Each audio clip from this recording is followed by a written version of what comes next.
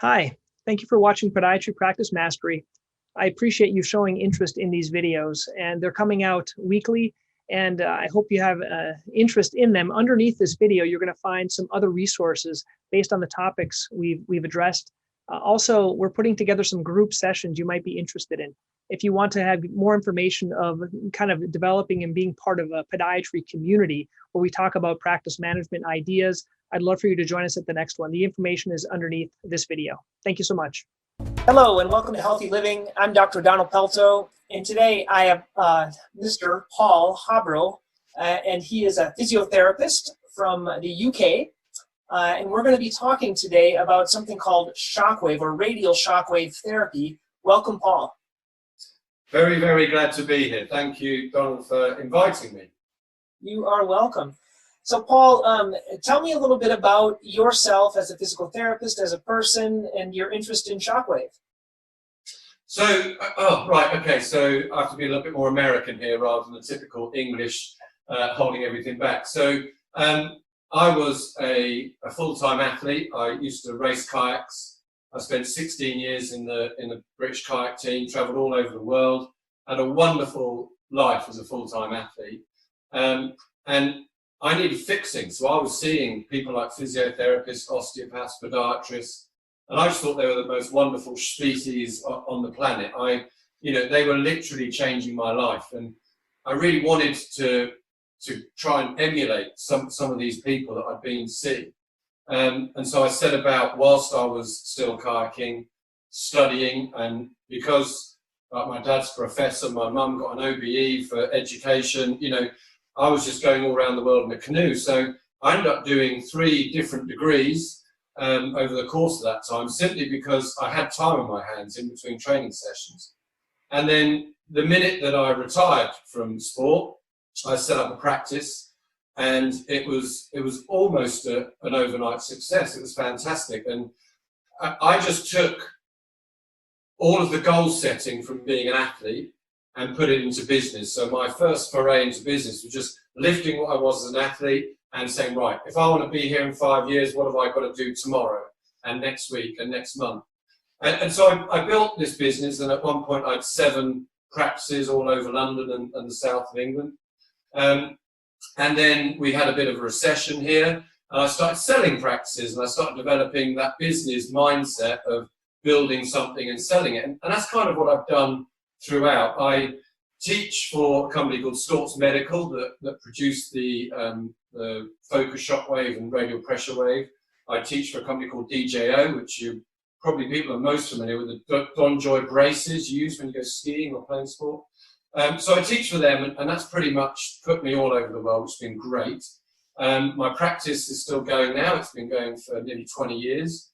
And I'm the bestseller of 2 books, Running Free of Injuries and The Runner's Expert Guide to Stretching. And I'm the Virgin Money London Marathon official physio, and a bunch of other stuff. But essentially, I've sucked the juice out of everything that my career has to offer.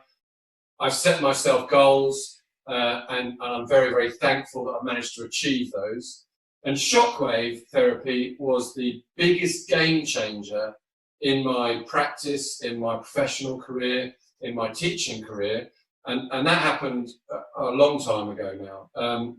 And I just couldn't believe how much better my patients were and the shorter amount of time it took to get them there. So not only were they having a stronger, fuller fix to their problem, we were getting there faster. And as a business operation, that's fantastic, because word of mouth then spreads like a forest fire. And my business was going up and up and up. And it got to the point where I had a business model, which I thought, this is pretty good. And I started teaching it to other people, and they would go, my God, this is game changing. And so I'm morphing now into about a 1/3 split of working with patients, a 1/3 split of teaching professionals, and a 1/3 split of my time mentoring clinic owners and developing their clinic. We look to double revenue and beyond, and we've got some well thought out, well tried and tested, but ultimately fairly simple things that we implement for people. And I'm actually very proud of all of it. And if I was in the UK, I'd be being all bashful and quiet about this, but whenever I teach in the States, people teach you to kind of fly your own flag a little bit. So it feels a bit odd for me doing it, but I'm happy to share the story. Well, we're going to focus more on your work with Shockwave itself. Is if we could focus more on the lower extremity from, you know, the hip and knee down. How has it been a game changer? Let's talk about a couple of common conditions that some of the viewers might think of, maybe Achilles tendonitis and plantar fasciitis. Can you talk about your treatments before and post Shockwave? Yeah, so I mean, first of all, Achilles and plantar fasciitis are the kind of the poster injuries of Shockwave. They're the ones that have got, you know, it's where we started, it's got the most science. I think they were using it on plantar fasciitis back in 2020, so, you know, 20 years of radial shockwave on plantar fasciitis with no negative effects. So going back to before Shockwave, one of the first patients that came into me and said, I've got plantar fasciitis, in the UK at least, we used to say, oh, it's a self-limiting condition, you know, 18 months to 3 years, this will wear itself out. And if I looked at me and said, I'm a runner, like, how can I accept that? I've got to do something. And I said, okay, well, let's bring it all together. And I came up with an 8-step plan for people. And it was no barefoot walking. It was writing the alphabet with your feet when you first woke up. You stretch your gastrocnemius and your soleus, the two key muscles in your calf. You'd wear a Strasbourg sock at night, which pulls the big toe into extension, stretches it. You maybe use little ice sometimes when it's very, very sore. And we put an orthotic insole in. And we were giving that plan to everybody from this first guy, and it seemed to be having some decent success. But then I literally, because of the forums in the UK, I had people coming in on crutches, then wheelchairs, going, I hear you fix this. And I was going, whoa, okay. And we'd find that it can be a really stubborn condition. And, you know, I was working really, really hard. And it got to a point where 80% of my workload was plantar fasciitis, simply because I'd had a few successes. Combine that to when we started using Shockwave, and people were literally getting off the couch. They weren't waiting 10, 12, 16 weeks. They were literally getting off the couch after that first treatment, and they wanted to tap dance. They were kind of going, this is incredible. And I'd say to them, what you've had is what we call hyperstimulation anesthesia. It's 2 hours to 2 days worth of pain reduction. If you do too much on that foot now, you're going to come back and you're going to hate me in a week's time. So just go with what you're doing. Follow my now 9-point plan, because Shockwave is involved. And we were finding that we had people in 6 weeks getting back to running and doing all the things they wanted to do. And so again, you then get this swarm of people with plantar fasciitis coming in going, I hear you've got this magic thing. And you kind of going, right, hold on, it works really, really well. It's got an 82% success rate. What fits you in that 18%? I don't know, but we're going to work. Everyone just kept getting better. I wasn't having any misses. Everyone was getting better. And I was just like, this is crazy good. Then you go to the Achilles tendinopathy, as you said. And so this is really prevalent in runners, but it doesn't mean that runners just have to suffer from it. Mm-hmm. And we used to say, look, if you can run with a 3 or 4 out of 10 pain level, we're happy with that. You've got to do at the time it was just eccentric loading. So you're standing on a step and you lower your heel down slowly. Then you come up with the good foot and lower down. And you have to do those every other day. And we would start to get people back into running. But the Achilles, if you look at someone that's had a long-term Achilles, they've got this kind of cartoon bump. So the Achilles should be a nice straight line. It's like on a knuckle in the middle of it. And I used to tell people, look, just the pain's going to go away eventually, the function's going to come back, but that bump's going to stay. So you just stop, you know, thinking that the bump is a problem.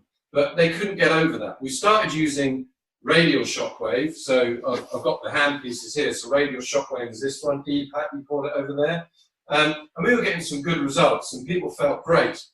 When I started using the focus shockwave, we call this more like a laser, that callus, that bump started disappearing. It literally in front of our eyes over 3 or 4 weeks.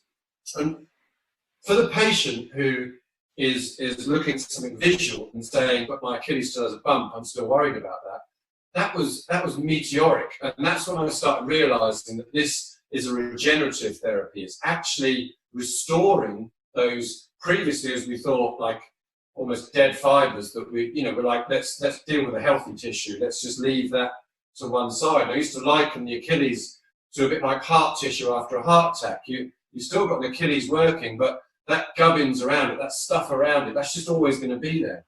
We started doing this regenerative stuff with focus shockwave, and they were slimming down to the point where after 3 or 4 sessions, honestly, I couldn't tell which was the injured one. And I was like, this is incredible. So again, then you start to see loads of people with Achilles problems because they're showing their friends, going, look, remember that bump I had? It's not there anymore. So I would say that Shockwave has been like a massive catapult in terms of my ability as a clinician and the amount of referrals I get as a consequence of that, because people are so moved by what they've been able to achieve that where did you get that? And so we have no shortage of patients, so probably more of a problem of shortage of good clinicians to come in and help me. But the change was the biggest thing that has happened to my career, bar none. Wow. Now, for those that are watching the program, maybe they struggle with Achilles or plantar fasciitis. How long does the treatment take? And then what is your typical treatment protocol? How many visits? Do they come in? When do they follow up and things like that? Is it different for each diagnosis, or is it specific just for the treatment? It can be different depending upon the size of the patient, how long they've had the problem for. But in the main, let's go with what I'd say 95% of my people go through, which is a 6-week block of treatment. So they come in once a week. It can be 5 days apart, it can be 10 days apart, but ideally it's once a week, fits into my diary more than anything. It's not necessarily a scientific thing. And when they come in, we do a fair bit of manual therapy. So we do soft tissue work. There's this little adaptation called the V-Actor. It's like a vibration device. I use that all over the path. So that's before. So Shockwave in its early days got this kind of reputation of being quite a painful treatment. And what's happening, people were applying too high a pressure too early. So what we do is a system where I massage the calf muscle first. And I find these little trigger points where you think of muscle fibers contracting and relaxing. And each fiber makes up a big long muscle fiber. So you've got lots of these units within the fiber. So by massaging, I think my hands and thumbs have well surpassed the 10,000 hours rule of being able to find stuff. And then we loosen off the tissue with this vibration. That starts stimulating a pain relieving chemical change and neurological change within the body. So you become a bit more numb to the tissue. Then I would use this one, the EPAT as you call it, the radio pressure wave, and I'd go back in search of those trigger points. I'd use this all over the calf muscle. I'd be spending more time on each trigger point, breaking them up, changing the chemical and the neurological reaction there so that these muscle knots just relax. And then we come on to the Achilles tendon itself, and we're doing about 2,000 shocks up and down the Achilles, or if you're on the plantar, over that painful spot on the plantar, up and down the plantar, slow movement. And then I'd come in with the focus device, and I go straight on that most painful spot of the Achilles, or straight on that most painful spot on the plantar fascia, and we do 1,500 to 2,000 shocks there. So in the total treatment time, I allow about 30, 40 minutes. So it's a really, really comprehensive thing. And then they leave knowing what their loading program is. So they're going to do calf raises, the rest of this plan that we've talked about. So they have homework to do. They do that typically every other day, come back in the next week, and we redo the process. I like to think of Shockwave. If you've got the old hula hoop, where, back in the old days, and you hit it with a stick down the road, you get to a point where it didn't matter when you hit the hoop anymore, it had reached its maximum velocity. It wasn't going to go any faster. And the tissues in the body, I believe, need 10 hits with the Shockwave, and then you've got 3 months where the wheel's turning and actually approaching it anymore. So as I say to people, you've got to come for 6 weeks, but then you've got 90 days of treatment that's taking place within your body. We've kick-started, we've excited stem cells. We're literally creating new soft tissue, new bone cells in that area, and your body now needs 90 days to get those all in place and maximize their potency and their ability. So we've got a stronger unit at the end of it. So for those 90 days, I don't really need to see the person. Their body's doing everything possible. It's literally working at its maximum potential. And then we do a follow-up after those 90 days. But what I love about Shockwave is it gives them that 6-week window where they've got to come once a week. And that also gives them a budget. So this is what it's going to cost. It's not going to be come back next week, come back next week, come back next week. It sounds like a lot of money, but when you see the results, honestly, I always say to people, if it works, it's always cheap. And talk a little bit more. You started talking about the science, maybe not the full science of it, but can you just explain maybe in your 1 or 2 minute explanation that you give to explain how it works? How does Shockwave work? Okay, I'm a simple fella, so I like things in layman's terms. So you've got a physical shock that hits the skin. So it's actually, I don't like the term non-invasive, it's non-surgical. And what happens is that shockwave then propagates to the correct depth of where the tissue is. And that increases blood flow. So we call that microscopic circulation down the tissues. What does blood bring? It brings us calcium, it brings us oxygen, it brings us everything you need for healing. So straight away, we're improving the healing rate significantly. If you're using the focus shockwave, we're not sure at the moment with the radial, you are stimulating the stem cell activities. So stem cells are the God cell, they call it. It literally rebirths life, and the stem cell can become anything it wants, bone, soft tissue, whatever. So when you stimulate that in the right area, you are then propagating more cells. And this thing called mechanotransduction, which is basically the fruit of all tissue regeneration. You can get some mechanotransduction by doing exercises, but Shockwave again gives it to you in spades. So we're looking at influencing the soft tissue to rebuild itself faster than it even beforehand knew how to. We're looking at stimulating the blood flow system, which brings all the nutrients. And we're actually having an effect on the peripheral nerve system, which helps to reduce pain, but it also helps to normalize some of so just to delve off into pain science a little bit, when you're suffering with pain for a long time, the area of your brain that is responsible for accepting that pain message actually grows bigger. So for a smaller kind of stimulus on that area that's painful, you can get a bigger message of pain because there's more receptors there. So Shockwave is believed to improve that and actually reduce and normalize and reset that centralized pain perception, so you get a normal response to pain. You'll have seen lots of people got an Achilles problem and they keep squeezing it and the pain is immeasurable.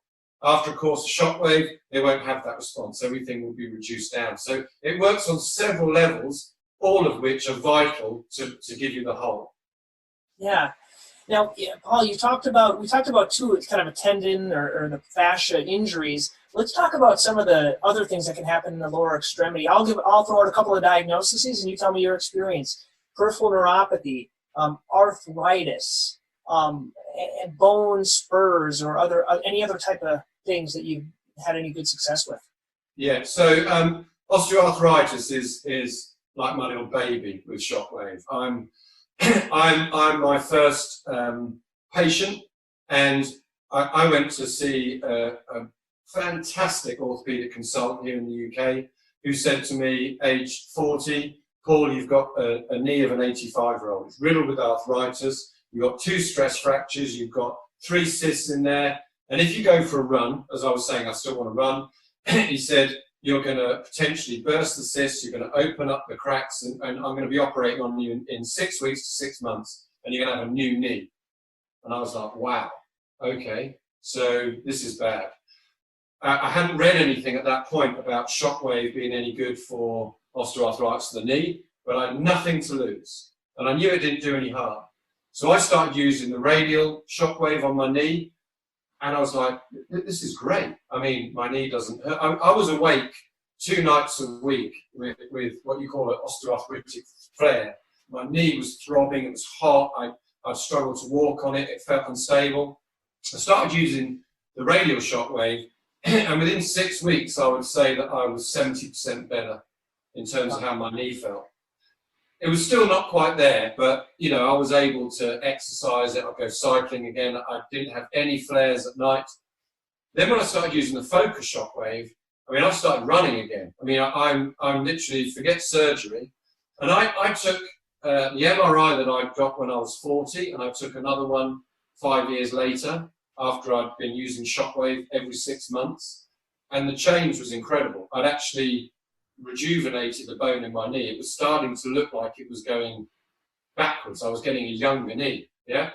Not perfect. I was still going to have surgery at some point. But given that I'm 48 now, I should have had surgery. It told me maximum 6 years. And I've been exercising really, really heavily on it today and the day before. I can run. I've been chasing rounders around with the kids in the field and all sorts of stuff. And I was so happy I started using it on patients who said, I'm going for surgery, and they stopped going for surgery. So the protocol that I use for arthritis is we do radial pressure wave all up and down the quads, hamstrings, adductors, abductors, everything that surrounds the knee. And I do focus because you need focused shockwave to have an effect on bone. And also radial can be very, very tender over bone, whereas focus is a little bit easier, and you can get the depths. So I might be doing, let's say, 3,000 to 4,000 shots of focus shockwave actually on the knee joint, and I might be doing another 2,500 on the muscles that surround it. So again, a really comprehensive session. And I've had incredible success. And I've got patients that have got on record saying that, you know, they are 70% better. And these are people in their 60s, 70s, 80s who couldn't walk upstairs like perhaps the rest of us do. They were going up one at a time. It was taking forever. And he came to me and said, you know what, I've forgotten. I ran up the stairs the other day. No pain, no problem. So it's changing people's lives. You've got to factor in with osteoarthritis that, I say this in layman's terms, but the end of the thigh bone in normal circumstance will remodel itself with completely new bone cell over a 6-month period. Over a 1 year period, your body is completely different to the one you had a year ago because you're constantly laying down new cells and getting rid of the old overly mature ones. In osteoarthritis, you can't stop that process. So I went with the decision that every 6 months we would redo the therapy, and that's what my patients do. They come back every 6 months for the osteoarthritis. So the risk of me rambling on too much, I'm passionate about the subject, but you mentioned about peripheral neuropathies. So Morton's neuroma, which is a common one between the second and third or third and fourth toes in the foot, feels like you've got a stone inside your shoe and you can get numbness in your toes. The typical surgery was to go from underneath the foot and actually cut that excess nerve away. I think of it like a very, very thin, hair-like nerve structure, and it gets like a candy floss build-up over it, which then gets caught in between the bony knuckles of the toes. And we started years and years ago, people would surgically remove that from the underside of the foot, and the surgery itself would create more scarring, and generally speaking, people would get it again. Then they started going in through the top of the foot, through the dorsum, but you split a key piece of connective tissue, so the feet would splay. Some would say, well, that's maybe why it's having such a good effect. With Shockwave, we're not cutting anything. We are literally taking away that candy floss by using Shockwave. And most of the studies reflect that people's pain would drop from an 8 out of 10 to a 2 out of 10, and within that 3 months, it would be completely gone.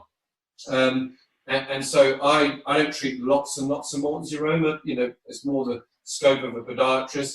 But I've never missed with a Morton's neuroma. And likewise, if you think of carpal tunnel syndrome, where all these fingers go numb, tends not to be the little one, and you get this kind of lack of grip and this pain in your wrist. Again, carpal tunnel, they'd inject steroid in there, which can be pretty good actually. Injection therapy gets a bit of a bum rap because it's brilliant for the first 6 to 8 weeks, but it tends not to have too many long-term outcomes. But that doesn't mean it doesn't work. It's fantastic for a short-term pain relief. But when you put Shockwave on this carpal tunnel, phenomenal results. And I would say 6 sessions directly on the carpal tunnel itself, you're literally trying to hit the median nerve. And nerves used to be seen as a bit of a contraindication for shockwave. Now it's an actual indication. And we sort of learned that through trying out on these peripheral nerve things, just how good the equipment is on nerves. So, yeah, I mean, I don't want to sound like it's a panacea cure-it-all for everything, but it's a panacea cure-all for everything. No, it is really, really good. There's so much you can do with it.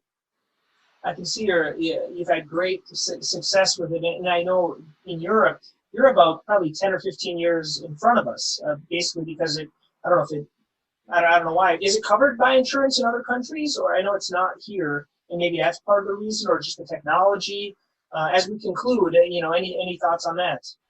So yeah, we are covered by insurance companies, and I personally have kind of led that charge.